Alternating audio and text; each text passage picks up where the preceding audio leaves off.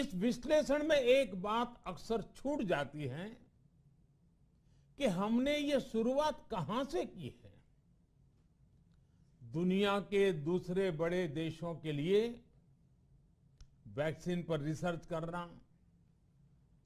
Vaccine खोजना, इसमें दशकों से उनकी महारत है, एक्सपर्टाइज थी। भारत अधिकतर इन देशों की बनाई वैक्सीनेशन पर ही निर्भर रहता था। हम बाहर से मंगवाते थे।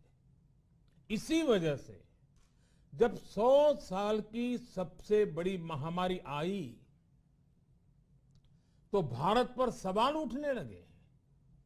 क्या भारत इस वैश्विक महामारी से लड़ पाएगा?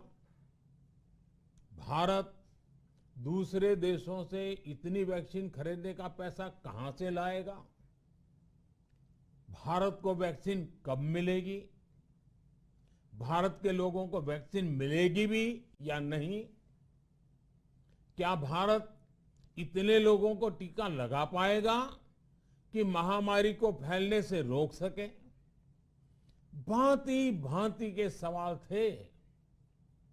लेकिन आज ये 100 करोड़ वैक्सीन डोज हर सवाल का जवाब दे रहा है। भारत ने अपने नागरिकों को 100 करोड़ वैक्सीन डोज लगाई हैं और वो भी मुफ्त, बिना पैसा लिए। साथियों, 100 करोड़ वैक्सीन डोज का एक प्रभाव ये भी होगा कि दुनिया अब भारत को कोरोना से ज्यादा सुरक्षित मानेगी। एक फार्मा हब के रूप में भारत को दुनिया में जो स्वीकृति मिली हुई है उसे और मजबूती मिलेगी।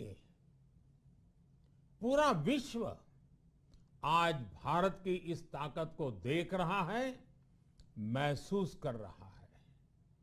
साथियों, भारत का वैक्सीनेशन अभियान सबका साथ, सबका विकास, सबका विश्वास और सबका प्रयास का सबसे जीवंत उदाहरण है।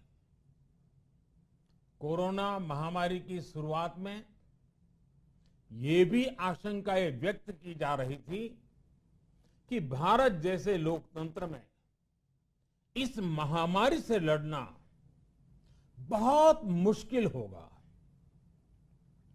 भारत के लिए, भारत के लोगों के लिए ये भी कहा जा रहा था कि इतना संयम, इतना अनुशासन यहां कैसे चलेगा। लेकिन हमारे लिए लोकतंत्र का मतलब है सबका साथ। सबको साथ लेकर देश ने सबको वैक्सीन, मुफ्त वैक्सीन का अभियान शुरू किया। गरीब, अमीर, गांव, शहर, दूर सुदूर, देश का एक ही मंत्र रहा कि अगर बीमारी भेदभाव नहीं करती तो वैक्सीन में भी भेदभाव नहीं हो सकता।